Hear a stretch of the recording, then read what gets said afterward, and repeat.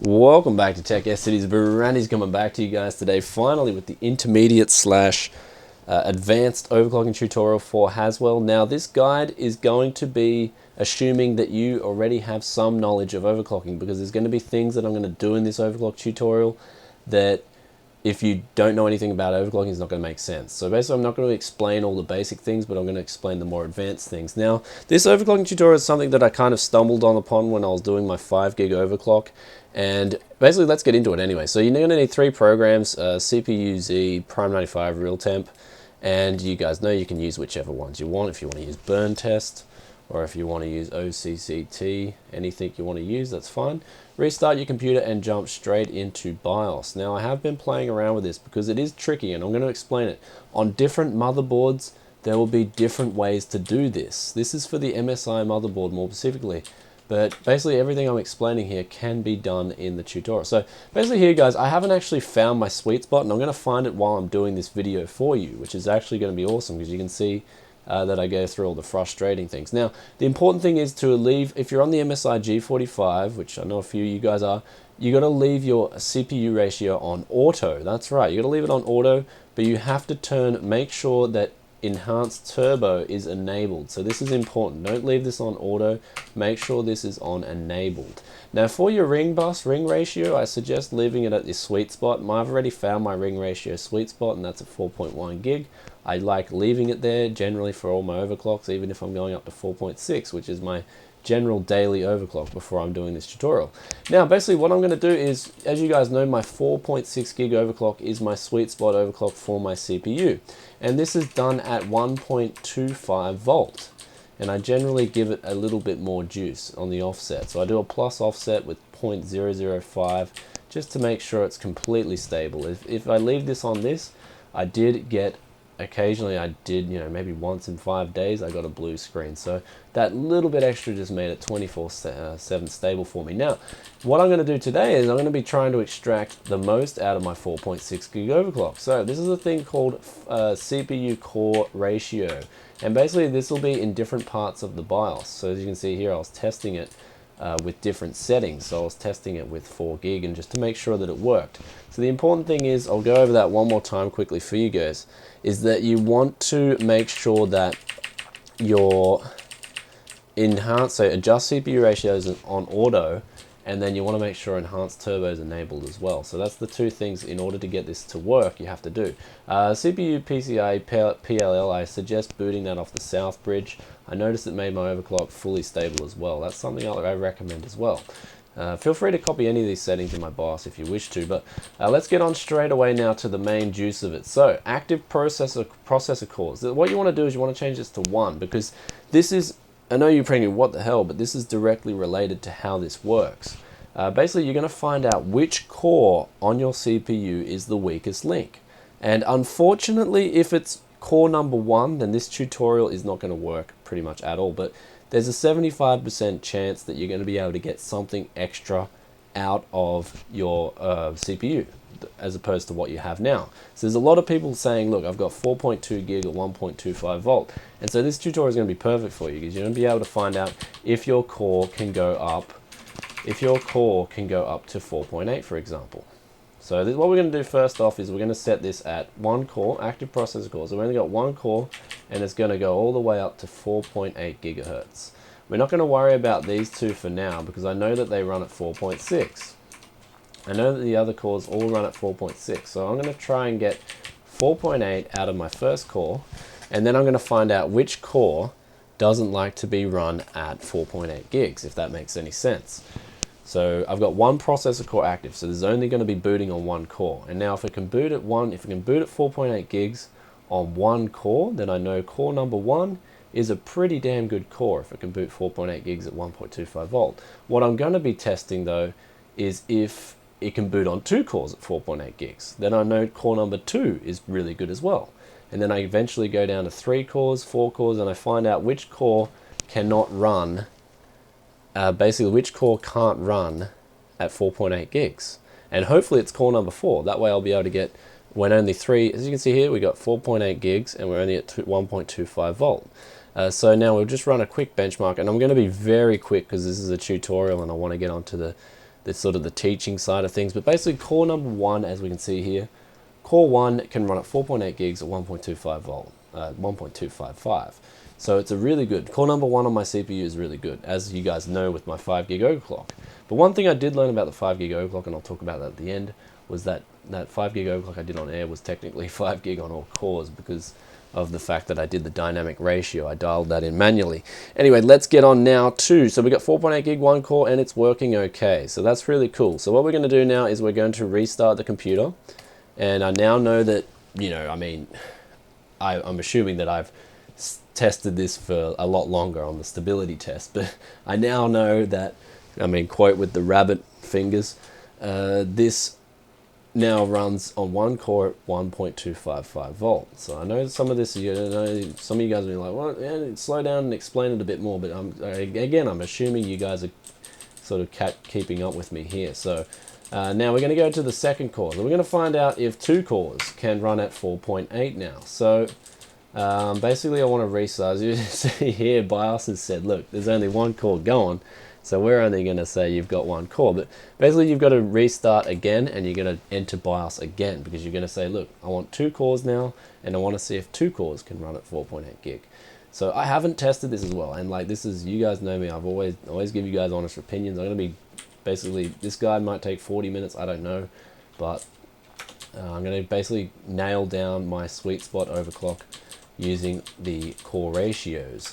Now it's not, basically this doesn't work, basically what this means, I'm going to go a little bit more into explanation here, is basically what this core ratio means is it's not, basically core 1 isn't running at 4.8 gigs and core 2 is running at 4.7. It's basically when 1 core's in use, it'll go up to 4.8. When 2 cores are in use, it'll go up to, if you set it in here 4.7, the first 2 cores will go up to 4.7. So if you're running all threads, if you're running 4 cores, it'll only go up to what you set the 4 core ratio at, if that makes any sense. But it's in effect, it is a good thing if you can cascade it down into basically, so I'm going to dial in 4.8 there anyway, so we're going to keep going. But it's a good thing if you cascade it down and you find out which core is the weakest. So anyway, I'll get onto the explanation a bit later, but basically you just want to find out which core is the weak core at 1.25 volt. So for me, as you guys can see, core 1 is a beautiful core. It loves running at 4.8 at 1.25. Let's see if core number 2 is the same story. Okay, so we're opening up CPU Z now, and we got 4.8, so there it is. 4.8 seems to be working as well.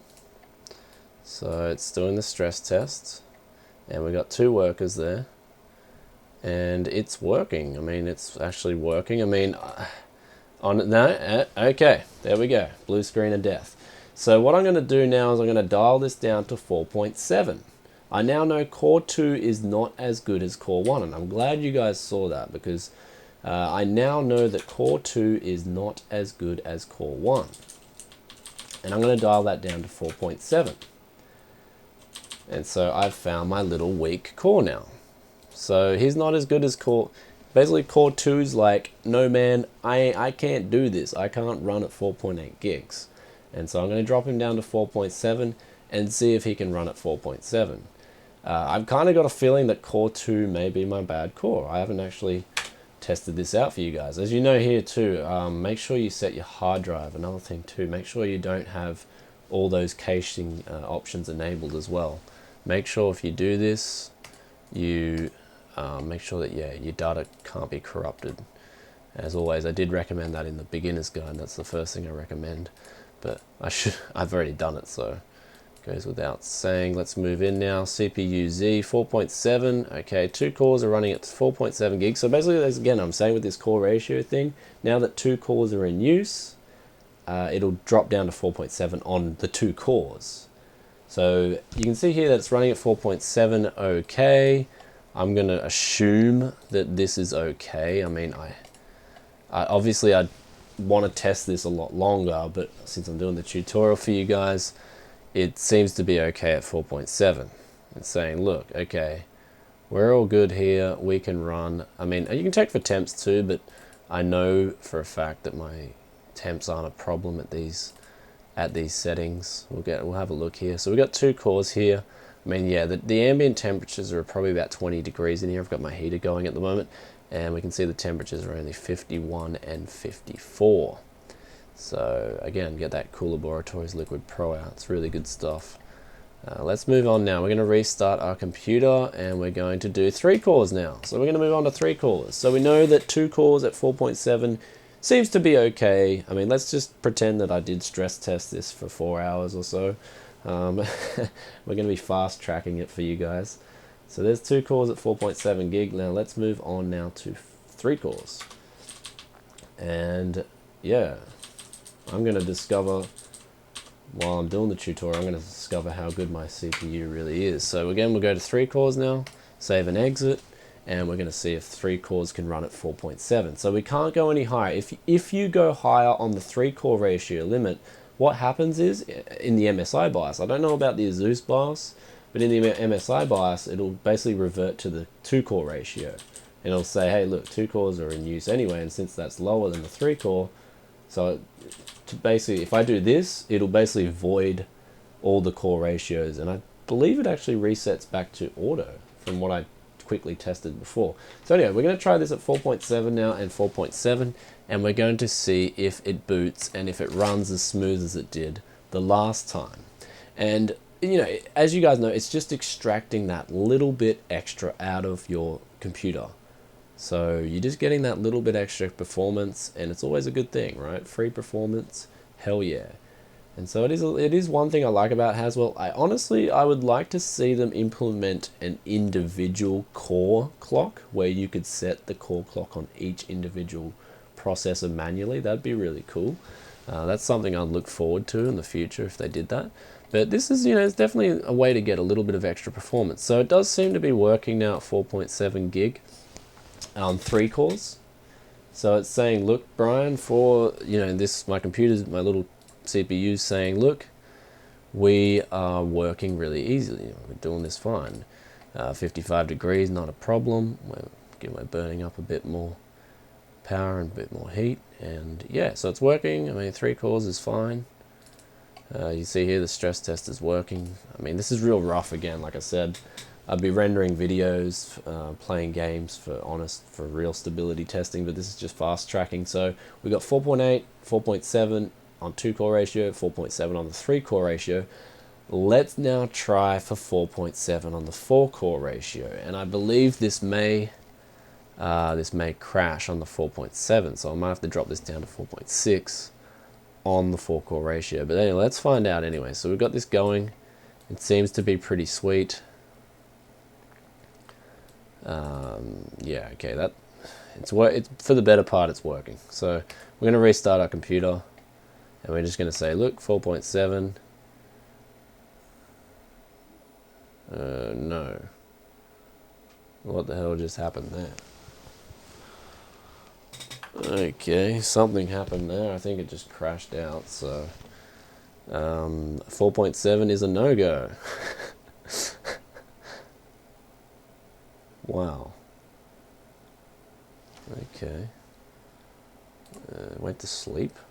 No, wait. 4.7 is a. Did I? I'm accidentally hit sleep. Anyway, you saw that noob mistake. So anyway, let's continue on. So it actually does work at 4.7. So we're going to try 4.7 on the last clock. But since I already know that my computer can't do 4.7 on all 4 cores at this level, I'm going to say that core 4 is basically core 4 can only run at 4.6. So I'm going to do 4.8, 4.7, 4.7, 4.6. And then I've found the sweet spot for my CPU. So that's that, guys. That's basically the tutorial for you guys to extract the maximum amount of megahertz out of your CPU. So here we go here, 4.8, 4.7, 4.7, 4.6. And so there's pretty much my sweet spot for my CPU. I may just try 4.9 just because I don't know, actually, I really don't know how good Core 1 really is. Core 1 could be an absolute beast. I'm not too sure of that. So what I want to do is actually, I'm going to find out if Core 1 is a beast, finally. I mean, So if you guys want to see this live, and I'll talk while I'm doing this. So since I've found, basically this is the end of the tutorial here. I've found my sweet spot here, and this basically is it here. I mean 4.8, 4.7, 4.7, 4.6. And I'm going to go at the end of this, I'll do it now, I'll explain a little bit more. Basically, when one core is in use, so I've got core 1, 2, 3, 4. And when only one core is in use, which will be core 1, it'll go up to 4.8 gigs. So if I'm running a one-threaded application, it'll go all the way up to 4.8 gigs. Now, if I'm required to run a two-threaded application, it'll go up to 4.7 gigs. And now, if I'm required to run a three-core or three-threaded application, it'll go up to 4.7 gigs. And then if I'm required to use all cores, it'll go up to only 4.6 gigs. And it'll do it in the order of using the cores based on their number. Basically, core 1, core 2, core 3, core 4, in that order. So core 1 will get used the most out of anything. So that's how it usually works. Anyway, let's just test this, and then I will just do a 4.9 on the one core just to see if it works. And of course, I just do want to quickly do a stability test on this to make sure that this works. And that's basically the tutorial, guys. So if you have any questions, please leave a comment in the comment section below. I'll also be submitting this to Tom's for a tutorial. They asked me to submit a tutorial for him, and they're really nice. The guy, his name's Joe Fishgar. He's a really nice guy. He messaged me and he said, look, please submit a tutorial, and I did. So this is the tutorial I'm submitting. I would submit a few more if I had the time. I just really don't have time on my hands at the moment. So as we see here, the overclock's actually running fine. It's 4.6 gigs now on all cores. It's running sweet, and that's a good overclock. So I mean, I've extracted an extra 200 megahertz out of my CPU. For what it's worth, I've got an extra 200 megahertz when it's on one core. I've got an extra 100 megahertz when it's on 2 or 3 threads, which is awesome. So now I'm just going to talk lastly. So yeah, if you haven't already, guys, please hit the like button as well. I'm dedicating my time to doing this tutorial for you. But if you have any questions, please send me a PM if it's urgent as well. I want to talk about this a bit more, and I want you guys to generally show me what your computer's capable of, because a lot of guys are telling me again that they're getting 4.2 gigahertz and they can only do that at 1.25 volt. They're saying that their CPUs are dog overclockers. This may enable you to get a little bit more out of, say, core 1 and 2. If they're really good cores, as you can see with my core, it's really good. Core 1 can go up to 4.8 gig. If core 1 and 2 on your CPUs are really good, then you may be able to get 4.6 out of them, 4.7. And if core 4 is a dog, then that might be the one that's holding back all your other cores. So basically this core ratio will say, look, all right, when all 4 cores are needed, we'll drop it down to 4.2. But in the meantime, if there's only a 3-threaded or a 2-threaded application or a 1-threaded application, we can gain some extra speed. So basically, you see here, this is my sweet spot overclock. This is going to be my new overclock that I'm going to use from here on. So that's how it is. So I've taught myself something, and I've taught you guys something as well. So guys, if you haven't already, you can hit that sub button, subscribe to Tech Yes City, and I'll be coming back in the new year with some more tutorials and stuff like that. So if you have any tutorials that you really want, please submit them in the comments or send me a PM. I will be getting an AMD FX 8320, I believe, because I do want to compare it to the 4670K. I want to put them head to head, and I want to see how good this CPU really is. I mean, I'm just hearing so many conflicting reports. I just hear so much, everything. One says the 4670K is a lot better. People say, oh, the 8350 is just as good. I want to grab this FX 8320 and grab it in my hands and test it against this 4670K, because I've used a lot of CPUs in my time, except I haven't actually gotten a hold of the FX 8350 or FX 8320. I would like to test it in the flesh. But anyway, guys, I hope you enjoyed this CPU tutorial. If you did, yeah, I'm gonna sorry, I'm sound like a broken record, but yeah, just sub to Tech Yes City, and then I'm gonna catch you guys soon. And I hope you enjoyed this tutorial. It took me a little bit, I'm just doing the stress test, making sure it all runs good. If you guys also want to know, I'll put the D-lid. I'm going to make a full D-lid tutorial next year when I get some time. But yeah, basically in the meantime, I do recommend D-lidding your CPU. As you can see here, my CPU, 20 degrees ambience, roughly. And I mean, it's just not even clocking 60 degrees at full load. This is Prime 95. This is something that stresses the hell out of your CPU. You can just see here my maximum temps are beautiful. So anyway, guys, I hope you enjoyed this tutorial, and yeah, I've enjoyed it as well, because I've basically discovered better overclock for myself as well. Anyway, guys, peace out for now. Brand easy, bye.